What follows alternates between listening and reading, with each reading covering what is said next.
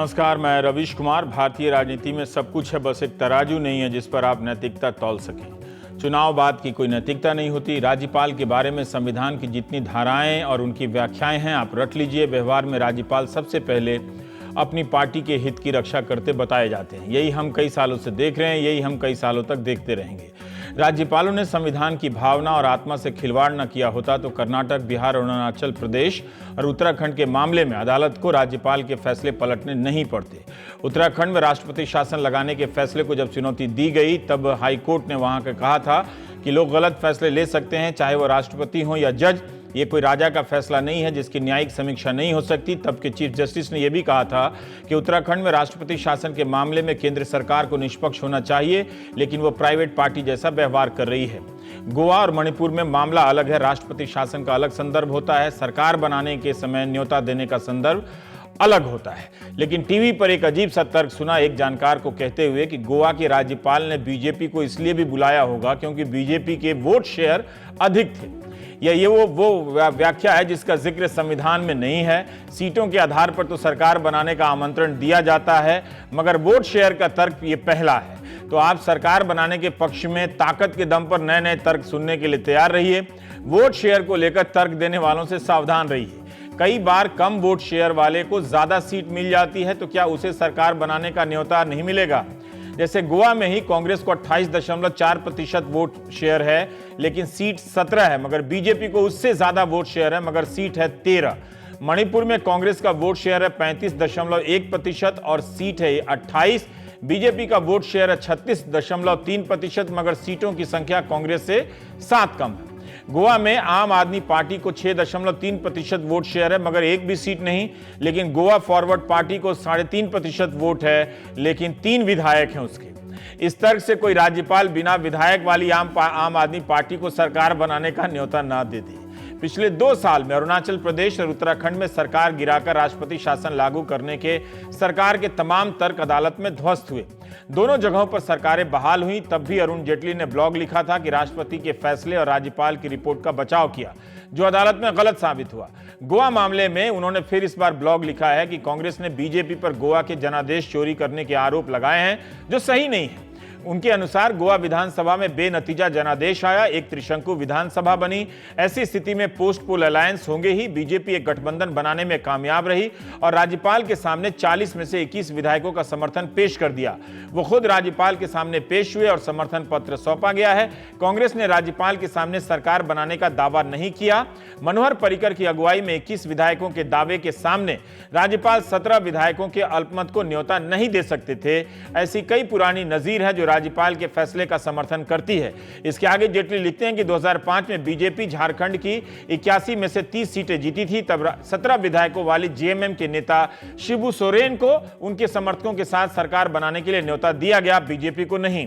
2002 में जम्मू कश्मीर में national conference के 28 विधायक जीते, लेकिन राज्यपाल ने पीडीपी के 15 और कांग्रेस के 21 विधायकों के गठबंधन को सरकार बनाने के लिए बुलाया। 2013 में बीजेपी ने दिल्ली में 31 सीटें जीती, लेकिन आप के 28 विधायकों को कांग्रेस के समर्थन से सरकार बनाने का न्योता दिया गया। जेटली के ये तर्क सही लगते हैं, मगर यह साफ नहीं कि उन तमाम उदाहरणों में सबसे ज्यादा सीट हासिल करने वाली राजनीतिक दलों ने क्या कहा था। क्या उन्होंने कहा था कि वो सरकार बनाने की स्थिति में नहीं है? ये हम जानने का प्रयास करेंगे। कांग्रेस के दौर के ऐसे तमाम उदाहरण आपको मिलेंगे जो जेटली जी ने दिया। इसलिए नैतिकता का कोई पैमाना लागू नहीं होता, बशर्ते नैतिकता के लिए आप जिद कर रहे हो। गोवा में बीजेपी के मुख्यमंत्री 2 क्षेत्रों से हार गए, उनके साथ 5 मंत्री हार गए, 13 विधायक बने हैं, जबकि कांग्रेस के 17। दोनों के पास सरकार बनाने के लिए 21 चाहिए। दोनों के पास यह संख्या गठबंधन से ही आ सकती थी। बीजेपी से उम्मीद की जा रही है कि वो नैतिकता का प्रदर्शन करेगी और अपनी हार स्वीकार करेगी, लेकिन कांग्रेस ने प्रयास क्यों नहीं किया? अब वो बीजेपी पर आरोप लगाकर क्या साबित करना चाहती है? राज्यपाल को चिट्ठी भेजने की पहल कांग्रेस ने क्यों नहीं की? बीजेपी ने इस मौके को एक मौके के रूप में लिया और नितिन गडकरी को रातों रात दिल्ली से रवाना किया। गोवा में मौजूद दिग्विजय सिंह गोवा फॉरवर्ड पार्टी और निर्दलीय उम्मीदवारों को साथ नहीं ला पाए। सरकार बनाने की चुनौती कांग्रेस के पास बीजेपी से कम थी, मगर वो पेश नहीं कर पाई। बताया जा रहा है कि कांग्रेस में मुख्यमंत्री के बहुत से दावेदार थे, उसके टिकट पर 4 पूर्व मुख्यमंत्री जीत गए। तो क्या कांग्रेस के आंतरिक झगड़े का लाभ बीजेपी ने उठाया? कांग्रेस फंस गई? क्या कांग्रेस का नेतृत्व अपने नेताओं को संभाल नहीं पाया? यह संकट कांग्रेस का ज्यादा लगता है, बीजेपी का कम।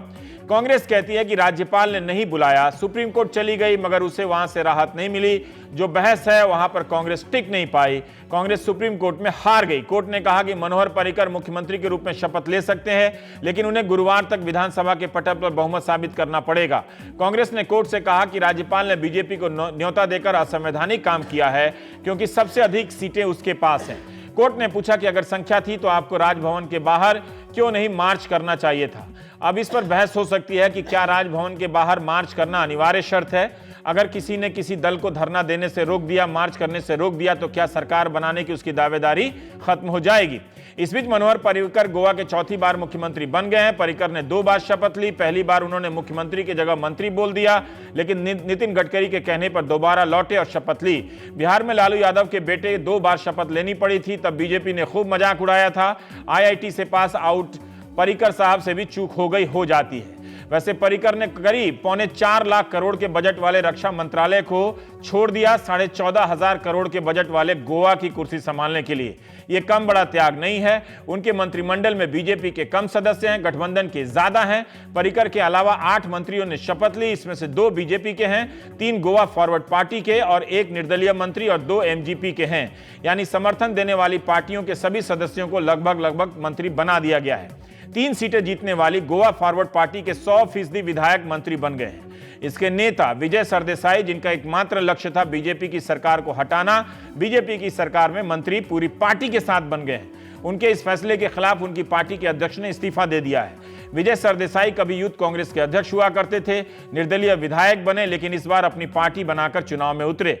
हमारे सहयोगी प्रसाद काथे ने लिखा है कि उनके साथ कांग्रेस ने रणनीतिक समझदारी के तहत शिवाली में गोवा फॉरवर्ड पार्टी के खिलाफ उम्मीदवार नहीं उतारा, जिसके कारण उस सीट पर बीजेपी के मंत्री दयानंद मांद्रेकर साहब हार गए। विजय सरदेसाई ने चुनाव प्रचार के दौरान मनोहर पर्रिकर पर जमकर हमले बोले, दलाल तक कहा। पर्रिकर के मुख्यमंत्री बनने के बाद विजय सरदेसाई ने 1 मंत्री के बाद शपथ ली। बीजेपी के मंत्री को हराने वाला बीजेपी की सरकार में मंत्री बन गया। गोवा फॉरवर्ड पार्टी ने अक्टूबर 2016 में 6 पॉइंट का एजेंडा जारी किया था, जिसका मकसद था मौजूदा बीजेपी सरकार को सत्ता से हटाना, गोवा की नदियों का राष्ट्रीयकरण करना, स्थानीय लोगों के लिए नौकरियों में 80% आरक्षण देना। नौकरियों में स्थानीय लोगों के लिए 80% आरक्षण की मांग डोनाल्ड ट्रंप को भी प्रेरित कर सकती है। बीजेपी की पुरानी सहयोगी महाराष्ट्र गोमांतक पार्टी के 3 में से 2 विधायक मंत्री बन गए हैं, लिहाजा पर्रिकर सरकार को बहुमत साबित करने में अब कोई दिक्कत नहीं आएगी। अगर किसी नैतिकता के कारण गोवा में हारने के बाद बीजेपी को सरकार बनाने का प्रयास नहीं करना चाहिए था, तो उसी ज्ञात अज्ञात नैतिकता के कारण बहुमत से दूर रह गई कांग्रेस को भी मणिपुर में सरकार बनाने के लिए हल्ला नहीं करना चाहिए। मणिपुर में कांग्रेस को बहुमत नहीं मिला है। बीजेपी कांग्रेस के बाद दूसरी पार्टी बनकर उभरी है, मगर उसे भी बहुमत नहीं है। मणिपुर की राज्यपाल इस बात से संतुष्ट हैं कि बीजेपी के पास संख्या है और बीरेन्द्र सिंह को सरकार बनाने का न्योता दिया गया है। बीरेन्द्र सिंह 3-4 महीना पहले कांग्रेस से बीजेपी में आए। इतने कम समय में कांग्रेस से बीजेपी में आकर मुख्यमंत्री बनने वाले वे शायद पहले नेता होंगे। बीरेन्द्र सिंह 2002 में डेमोक्रेटिक रेवोल्यूशनरी पीपुल्स पार्टी से पहली बार विधायक बने, जिसका कांग्रेस में विलय हुआ। 2007 और 12 में वे कांग्रेस के टिकट पर ही विधायक बने और मंत्री भी। 2017 में वो बीजेपी के मुख्यमंत्री बनने जा रहे हैं। अरुणाचल प्रदेश के मौजूदा मुख्यमंत्री पेमा खांडू भी कांग्रेस से बीजेपी में आए हैं। असम में कांग्रेस से आए हेमंता बिस्वा शर्मा कांग्रेस में सरकार में मुख्य भूमिका निभा रहे हैं। बीजेपी के पूर्वोत्तर में सरकार बनाने में एक अगुवा नेता है। मणिपुर और अरुणाचल के उदाहरण से साफ है कि कांग्रेस के नेताओं का भविष्य बीजेपी में अच्छा है। जिस तालाब में कमल खिल रहा है उसी में हाथ भी धुल रहा है। उत्तराखंड में सोनिया कांग्रेस और सोनिया बीजेपी का नारा था, मगर कांग्रेस से बीजेपी में जाने वाले 14 में से 12 विधायक बन गए। कांग्रेस के लिए बीजेपी में काफी अच्छा स्कोप है, वो आगे से ध्यान रखें, बीजेपी नेताओं से संपर्क में रहें। गोवा और मणिपुर को लेकर हम बात करेंगे कि क्या राज्यपाल ने कांग्रेस के साथ नाइंसाफी की है या वही किया है जो उन्हें संविधान और सुप्रीम कोर्ट के तमाम आदेशों से करने को कहा गया है। तो प्राइम टाइम में हम बात करेंगे। हमारे साथ खास मेहमान है AR कोहली साहब। आप 2001 से लेकर 2006 के बीच मिजोरम के राज्यपाल रहे हैं। फैजान मुस्तफा साहब हैं, आप VC हैं Nalsar university of law. Hyderabad के। फैजान साहब, पहला सवाल आप ही से करना चाहता हूं कि जिस तरह से राष्ट्रपति शासन लगाने के लिए मुंबई केस से लेकर तमाम आदेशों में बहुत हद तक प्रक्रियाएं स्पष्ट हैं, क्या सरकार बनाने के लिए किसे न्योता दिया जाए, इस बारे में राज्यपालों के लिए प्रक्रियाएं स्पष्ट हैं या विवेकाधीन अधिकार उनके सबसे ऊपर हैं? रवीश, आपने आज के प्रोग्राम को शुरू करते हुए संवैधानिक नैतिकता की तरफ इशारा किया। अब ये जो संवैधानिक नैतिकता है, ये संविधान की भी नैतिकता है और लोगों की भी नैतिकता है। तो इसमें सिर्फ ये नहीं है कि राज्यपाल को ही ये नैतिकता निभानी है। अब जो सरकारिया कमीशन की रिकमेंडेशन थी, जिसको सर्वोच्च न्यायालय ने एसआर बोमाई के केस में जिक्र किया, उसमें साफ लिखा है कि ऑर्डर ऑफ प्रेफरेंस दिया है कि आप मेजॉरिटी पार्टी के दल को बुलाएं, अगर साफ मेजॉरिटी नहीं है तो सबसे पहले प्री पोल अलायंस जिनका हो उनको बुलाइए। हाँ। अगर प्री पोल अलायंस वाले लोग अवेलेबल नहीं है, हाँ, तो आप सिंगल लार्जेस्ट पार्टी को बुलाइए। हाँ। अगर सिंगल लार्जेस्ट पार्टी वाले नहीं है तो पोस्ट पोल अलायंस जो हुआ है उनको बुलाइए। और चौथी चीज सरकारिया कमीशन ने कही, जो सर्वोच्च न्यायालय ने अपने जजमेंट में एसआर बोमाई में लिख दी, कि फिर पोस्ट पोल अलायंस ऐसा हो सकता है जिसमें कुछ लोग बाहर से समर्थन दे रहे होंगे, कुछ अंदर होंगे। इसलिए ऐसी सिचुएशन में मैं ये समझता हूं कि वैसे तो ये राज्यपाल के डिस्क्रिशन का मैटर है, मुख्यमंत्री की नियुक्ति, लेकिन कोई भी डिस्क्रिशन आर्बिट्ररली एक्सरसाइज नहीं किया जा सकता। जो राज्यपाल की संतुष्टि होनी चाहिए वो राज्यपाल की अपनी व्यक्तिगत संतुष्टि का बात नहीं हो रही है, संवैधानिक संतुष्टि होनी चाहिए। ठीक है। और संवैधानिक संतुष्टि होने के लिए रवीश, ये जरूरी है कि ये लगे कि जस्टिस किया ही नहीं गया। Justice should not only be done, it should appear to have been done. तो इस केस में कांग्रेस की डिमांड इस हद तक जायज है कि कम से कम हमसे फोन पे बात कर लेते, कम से कम हमसे ये पूछ लेते कि क्या आप सरकार बनाने का कोई प्रयत्न करना चाहते हैं। यहां ये हुआ कि जैसे ही बीजेपी ने आनन फानन में उनको लिस्ट दी, और ये बात आपकी सही है कि सरकार बनाने की जल्दी में बीजेपी डेफिनेटली कांग्रेस से आगे निकल गई। शायद कांग्रेस को यूपी की हार और उत्तराखंड की हार का ऐसा सांप सूंघा हुआ था कि वो मणिपुर और गोवा की तरफ ध्यान नहीं दे पाए। लेकिन मैं तब भी समझता हूं कि इस केस में कम से कम बात कर लेनी जरूरी थी कांग्रेस से, जबकि उनका फैसला बीजेपी को सरकार बनाने का मैं समझता हूं संविधान के हिसाब से शायद ठीक है। कोहली साहब, जो इन्होंने कहा इस पर ऐसा है रवीश जी, पहले राजनीति को तो एक तरफ कर दीजिए, इलेक्शन की बात की जाए। चुनाव में 40 लोग गोवा की विधानसभा में आ गए हैं। ये जनता का चॉइस है, उनका निर्णय है। अब 40 लोगों ने सरकार बनानी है, सरकार बहुमत की होगी। वो किन्हीं 21 आदमियों को चुन के लेके सामने आ जाए गवर्नर के पास, राज्यपाल के पास। ये कभी नहीं होगा कि राज्यपाल इसमें इनिशिएटिव ले, उसका काम ही नहीं है। क्या राज्यपाल का, कोई राज्यपाल का कहीं इनिशिएटिव नहीं आएगा। मैं एक बार फिर स्पष्ट अपने जो भी लीडर, सुनिए, इस पॉइंट पर रुकता हूं, अपने दर्शकों के लिए पूछ लूं कि जैसे अभी फैजान साहब ने कहा कि कम से कम एक बार राज्यपाल को फोन करना चाहिए, कहीं फोन ये नहीं आपका करेगा। काम अगर राज्यपाल ये करने जा रहा है, वो उसकी स्थिति क्या होगी वो भी मैं बता दूंगा। तो मतलब पहले तो ये है कि ये इनिशिएटिव जो है सरकार बनाने का काम जनता के चुने हुए प्रतिनिधियों के पास ही है, उन्होंने ही सरकार बनानी है। राइट। और वो चुनेंगे भी कौन से लोग हैं और कौन उनका लीडर है। इसमें अगर पहला काम जो होता है वो हर पार्टी अपना एक नेता चुनती है, और वो नेता चुनते वक्त उनको कहती है कि ये हमारा नेता होगा।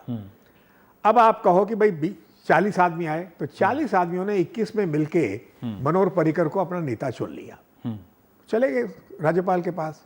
अगर राज्यपाल नहीं बुलाएंगे तो क्या ये स्पष्ट है कि जिसको सरकार बनानी है उसको राज्यपाल के पास जाना है? उसी को राज्यपाल के पास जाना है। They take a claim before the governor. तो अगर कोई मान लीजिए सर दोनों को बराबर सीट है और दौड़ के जो पहले राजभवन के गेट पे पहुंच जाए तो उसका दावा होगा? तब राज्यपाल ये कहेगा कि आपके पास बहुमत कहां है। अगर मान लो 20-20 आते, अब जैसे मिजोरम में ये केस हो गया, 20 लोग जो थे वो, मान लीजिए कि इनके पास भी दावा और कांग्रेस के पास भी दावा, दोनों दौड़ के राजभवन जा रहे हैं, बीजेपी वाले पहले वो पहुंच गए। ठीक है, तब वो फिजिकल वेरिफिकेशन भी कर सकता है। 20-20 हैं तो वो स्थिति नॉर्मली आती नहीं है, ये हमने देखा है। 19 हो जाती है, 18-22 हो जाती है। आज तक वो कोई केस ऐसा नहीं आया। मिजोरम में 20 हुए थे, अपोजिशन में बाकी 20 थे, लेकिन उसमें से इंडिपेंडेंट जो कहते थे वो डिफर कर रहे थे, इसलिए वहां ये हुआ नहीं है। ठीक, मैं ये बता दूं आपको। ठीक है। अब क्या है, जब सरकार बनाने का दावा पॉलिटिकल पार्टी ही जाके करती है, उसमें गवर्नर का रोल नहीं है, गवर्नर फोन भी नहीं करते कहीं उसको इनिशिएटिव लेना। अब क्या आता है तो जो भाई, बड़ी पार्टी होती है, नहीं, जो मैं- अभी उन्होंने बताया, एक जी। सेकंड की मैं आप 4 उस पे भी- प्रक्रियाएं मैं हैं उस कि पे भी बड़ी आ- पार्टी, नहीं, मैं उस पे भी आ प्री जाता पोल हूं। Alliance, single largest, post poll alliance. अगर तो सारे ये- पॉलिटिकल हाँ, प्रोसेस में ये लोग चुप्पी साध लेते हैं कि कोई निर्णय नहीं ले रहे, 3-4 दिन 5 दिन निकल गए, तब राज्यपाल एक ही मैसेज देता है कि हर पार्टी अपना अपना लीडर चुने। जैसे यहां 4 पॉलिटिकल पार्टियां थी, पहली थी कांग्रेस, दूसरी बीजेपी, तीसरी आपकी एमजीपी, गोवा, हाँ, और ठीक चौथी वो आपकी गोवा वाली। जी, उनको लीडर कहते हैं। तब वो पहली जो सबसे बड़ी पार्टी है उसको बुलाते कि आप अपना बहुमत सिद्ध करिए, मैं आपकी सरकार बनाने जा रहा हूं।